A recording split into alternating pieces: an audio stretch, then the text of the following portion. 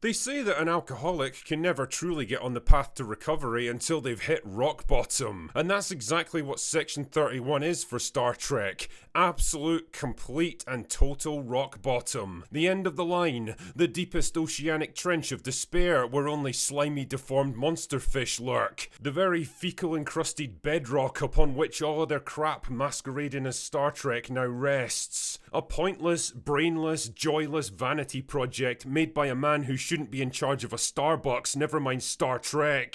Watching this movie was 90 minutes of pure, unadulterated misery. It was the creative equivalent of being forced to watch someone exhume the corpse of your beloved gran, dress her up in latex bondage gear and fire her out of a howitzer. It's the kind of movie that retroactively makes me embarrassed for all of Star Trek, because no matter how good it once was, ultimately it was all leading up to this. Anyway, let's get this over with quickly so I can slip into something more comfortable, like a fucking coma. Section 31 begins in a parallel universe where Philippa Georgiou murders her entire family to become the leader of the Terran Empire, and the runner-up gets to become her lackey because he didn't have the inner girl boss that he needed to succeed. I wonder if this embittered rival with a very obvious grudge against her might become relevant later. Anyway, flash forward to the present, and Georgiou gets recruited by a bunch of absolute retards who apparently represent the best that Section 31 has to offer. I mean, they're so good that she literally spots every single one of them within seconds of entering her bar. Fuck. How exactly does the vetting process work for this place? Is it like collect 5 ring pulls and become a secret agent or something? Anyway, whatever, who even cares at this point? The retards apparently need her help capturing an arms dealer who's transporting a dangerous bioweapon, because there's always a dangerous bioweapon in modern Star Trek. So they capture him by punching him in the face. Really? I'm not even kidding, that's literally how they take him down. Oh yeah, and there's an excruciatingly dumb chase sequence where Georgiou uses a magical bullshit device to phase out of sync with her surroundings so that nobody can touch her and she can literally walk through walls. But like, if that's the case, then shouldn't she just fall right through the floor into space? How does she even breathe if her lungs are out of phase with the oxygen molecules in the air? Who even cares? But oh no, then a mysterious masked man shows up and steals the weapon. I wonder who this man could possibly be, considering all the other characters in the movie are already accounted for. That's when Georgiou reveals that the weapon actually comes from the same alternate universe as herself, and has the potential to wipe out half the galaxy if it detonates. Boy, that escalated quickly. The Terran Empire plan to blow it up and then use the resulting chaos to cross over into our reality and conquer the entire galaxy for resources. Right.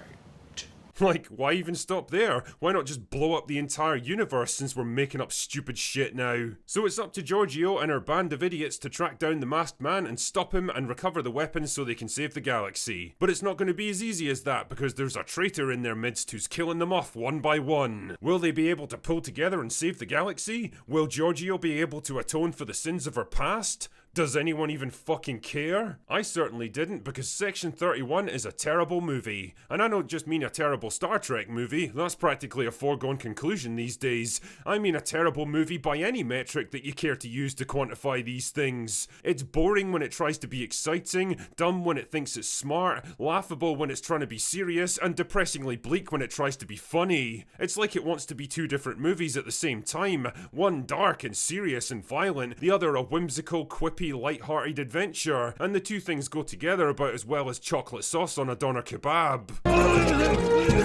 The plot is tedious and simplistic, desperately trying to portray itself as this complex mystery to unravel, when really it's just another basic bitch revenge story about a guy with a super weapon and a grudge to settle. It's the same thing that's formed the basis of basically every Trek movie for the past 20 years, and anyone with more functioning brain cells than a block of wood will be able to figure it out about an hour before the actual characters do. Speaking of characters, this is easily the most idiotic group of retards I've seen on screen since, well, the last Alex Kurtzman Star Trek project. Each one is precisely one character trait that gets dialed up so high that it actually starts to feel like a joke after a while. I mean, I'm assuming the writers watched Guardians of the Galaxy just before making this because that's the kind of tone and banter they're desperately trying for here. The big difference though is that Guardians was written and directed by someone who actually knew what he was doing.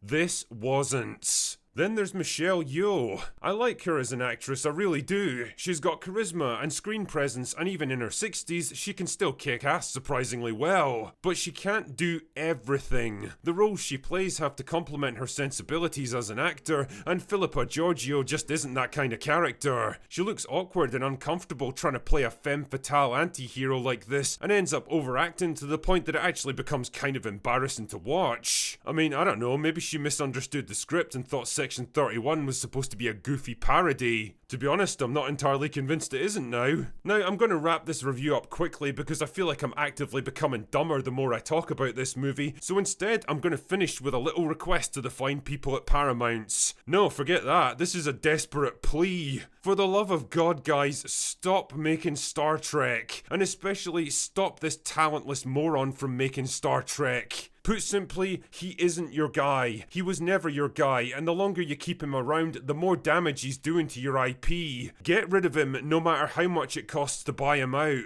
Get rid of his shitty production outfit, erase everything that they've made for the past 10 years, and bring in people who actually understand what made Star Trek work. You have officially hit rock bottom here. The only way now is up. Anyway, that's all I've got for today. Go away now.